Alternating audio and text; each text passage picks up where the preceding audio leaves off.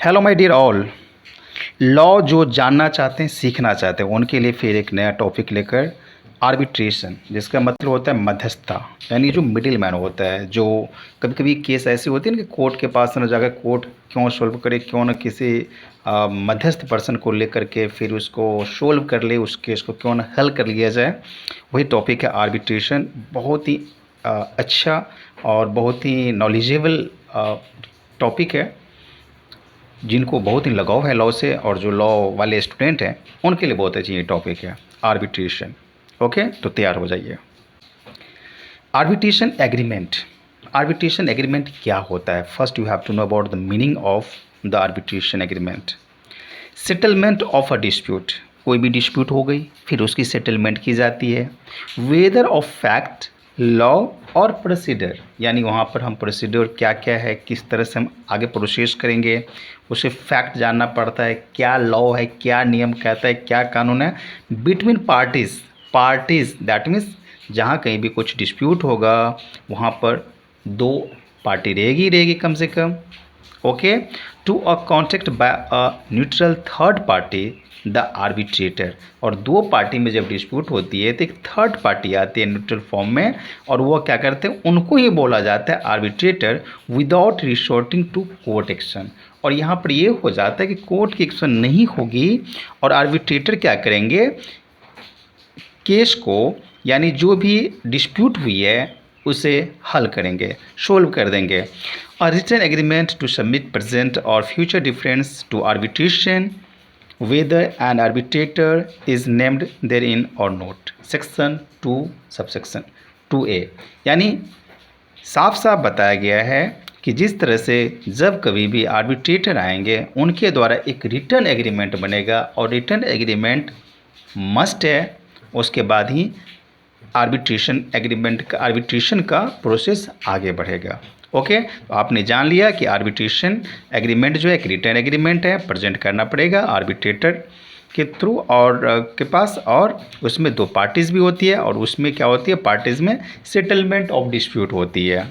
Now next, essentials of arbitration agreement. क्या क्या चीज़ ज़रूरी है जब कभी भी हम आर्बिट्रेशन एग्रीमेंट की बात करते हैं, तो कौन कौन से पॉइंट बहुत ही इंपॉर्टेंट है।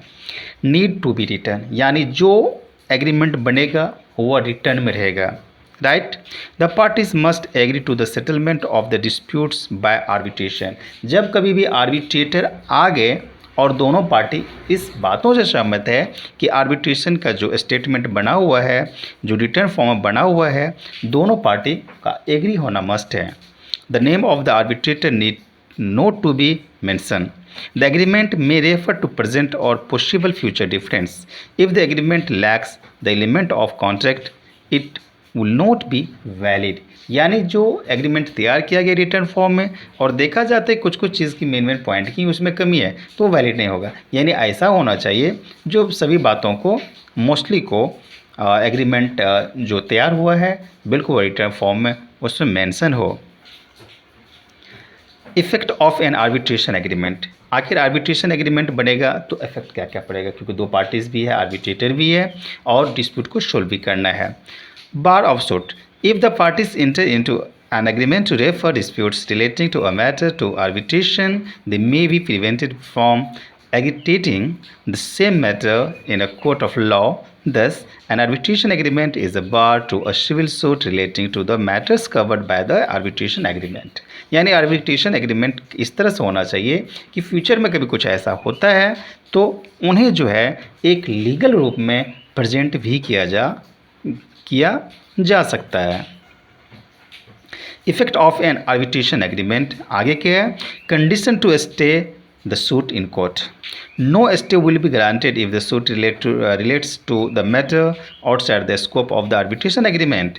यदि आर्बिट्रेशन एग्रीमेंट में जिस तरह से मेंशन है दोनों पार्टी को उसे एक्सेप्ट करना पड़ेगा, उससे बाहर कोई ऐसा स्कोप नहीं है आर्बिट्रेशन एग्रीमेंट का जो कि मैटर कोर्ट में जा कर के स्टे लगाया जा सके। The party should always desire to ready and willing to proceed with the arbitration, यानी दोनों पार्टीज जो है वो हमेशा उनकी जो डिज़ायर होनी चाहिए, उनका जो विलिंग होना चाहिए, हमेशा तैयार होना चाहिए, रेडी रहना चाहिए कि हम इस बातों को मानने से सहमत हैं।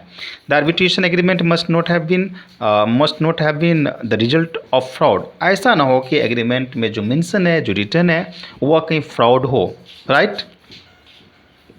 Who can refer disputes to arbitration, अब है कि कौन कर सकता है रेफर डिस्प्यूट को, यानी किस तरह के डिस्प्यूट होंगे तो हम आर्बिट्रेशन में जा सकते हैं, आर्बिट्रेशन प्रोसीडर में जा सकते हैं, आर्बिट्रेशन एग्रीमेंट के प्रोसेस में कर सकते हैं।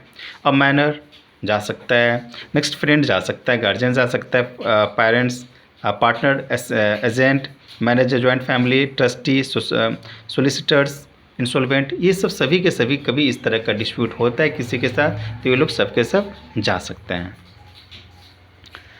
Now matters which can be refer to arbitration, किस तरह का मैटर्स हम उसे सॉल्व करेंगे। ऐसा नहीं कि बहुत बड़े बड़े मैटर है, आप बोलो कि यार क्या करें, कोर्ट न जा कर के अच्छा हुआ कि आर्बिट्रेटर को हम लोग के बीच में जा कर के आर्बिट्रेटर को ला करके उनके रूप में, उनके प्रेजेंस में, उनके प्रेजेंस में हम क्या करते हैं, दोनों पार्टीज को सॉल्व आउट कर लेते हैं। जी नहीं, आपको ध्यान में ये भी रखना है किस किस तरह के मैटर, किस किस तरह की जो केस रिलेवेंट होगा, उस रिलेवेंट केस को आप आर्बिट्रेटर के थ्रू जो है एग्रीमेंट के थ्रू आप उनको पूरा कर सकते हो। 9 मैट्रिमोनियल मैटर्स, बहुत शादी ब्याह का आजकल होते रहता है। टेस्टामेंट्री मैटर्स, इंसॉल्वेंसी, दिवालियाँ, जो बैंक करप्ट हो जाता है। Matters relating to guardianship of minor, guardianship के बीच में भी हो सकता है, माइनर के गार्जियनशिप, उस तरह का मैटर बहुत ही समाज में, सोशल में होते रहता है। क्रिमिनल मैटर्स भी हो सकता है। क्वेश्चंस रिलेटिंग टू चैरिटीज़ और चैरिटेबल ट्रस्ट, बहुत सारे जो ट्रस्ट है, चैरिटेबल ट्रस्ट है जो दान का काम करता है, उससे जो रिलेटेड बहुत सारे कभी समस्याएं आ जाती है आपस में, उनमें भी हम आर्बिट्रेटर के थ्रू सॉल्व आउट कर सकते हैं, उससे सॉल्व कर सकते हैं वहाँ। अब बात आती है कि आर्बिट्रेशन कितने टाइप्स का होता है, काइंड्स बोलो या टाइप बोलो, जो भी बोलो अब, ओके। अब है कि arbitration without the intervention of the court, यानी इसमें किसी तरह का इंटरवेंशन कोर्ट का नहीं रहता है। Arbitration through court way know shoot is pending, यानी कोर्ट के थ्रू भी होगा, वे नो शूट इज पेंडिंग, यानी वहाँ पर कोई भी शूट पेंडिंग नहीं है। लेकिन यदि केस पेंडिंग है कोर्ट के थ्रू और कोर्ट में केस अटका हुआ है, रुका हुआ है, तो हम ऐसा नहीं कर सकते कि आर्बिट्रेटर के थ्रू इसे सॉल्व आउट कर लिए, उसे समस्या को समाधान करवा लिए, यानी पेंडिंग नहीं होना चाहिए, राइट। यानी या तो केस गया ही नहीं, या तो गया तो वहाँ पर पूरे का पूरे क्लियर हो चुका है, राइट, तो आर्बिट्रेटर आ सकता है, आर्बिट्रेशन की प्रोसीडर किया जा सकता है। Arbitrating a suit, no provisions implied in an arbitration agreement, किस तरह का प्रोविज़न उसमें इम्प्लाइड किया जाता है आर्बिट्रेशन एग्रीमेंट में। The reference shall be to a sole arbitrator if the reference is to ban even number of arbitrators and arbitrators shall appoint an umpire, यानी और भी आर्बिट्रेटर आ सकता है, या तो ऐसा कोई रेफरेंस रहे कि एक सोल आर्बिट्रेटर का रेफरेंस रहे, ये हो सकता है, और आर्बिट्रेटर ज़्यादा भी हो सकता है। The arbitrator shell make the award with in 4 months, यानी आर्बिट्रेटर को 4 months के अंदर ही, मैक्सिमम 4 months, उससे पहले भी दे सकता है, 15 दिन में भी, 20 दिन में दे सकता है, लेकिन मैक्स टू मैक्स कितना जाएगा, 4 months जाएगा, 4 महीने के अंदर ही अवार्ड देना पड़ेगा। अवार्ड मीन्स हो गया यहाँ पर कि जो कुछ भी आप डिसीजन देना चाहते हैं, रिजल्ट देना चाहते हैं, वो बिल्कुल आप अपना जजमेंट दे सकते हैं। The umpire shell make his award with in 2 months, और जो 2 या 2 से अधिक बाद में आर्बिट्रेटर ने क्या किया, जो अंपायर को उसमें नेम मेंशन किया, या तो उनको जो अपॉइंट किया आर्बिट्रेटर ने जो अंपायर को, तो अंपायर का काम है कि उनको वो अपना अवार्ड कितने दिन में दे देंगे, 2 महीने में। The award shall be final and binding on the parties and persons coming under them respectively, यानी बहुत ही शांतिपूर्वक उनको अवार्ड को, फाइनल अवार्ड को उन लोगों के दोनों पार्टी को देना है। Award and its essential, award है क्या? The decision of the arbitrator और the umpires is called award. जो जस्ट मैंने बोला कि जो कुछ भी डिसीजन दिया जाता है, जो फाइनल रिजल्ट दिया जाता है कि आखिर इसमें परिणाम क्या निकला, हम उसे अवार्ड बोलते हैं। अवार्ड्स में इसेंशियल क्या क्या रहता है, यानी कि जब अवार्ड दिया जाएगा तो मैंने स्टार्टिंग में आपको बताया था कि आर्बिट्रेशन जो है एक रिटर्न फॉर्म में स्टेटमेंट रहेगा, ओके, एंड पार्टीज भी रहती है, पार्टीज की डिस्प्यूट होती है। उसी तरह अवार्ड्स जब दिया जाएगा अंपायर के द्वारा या तो आर्बिट्रेटर के द्वारा, then it should be in return form.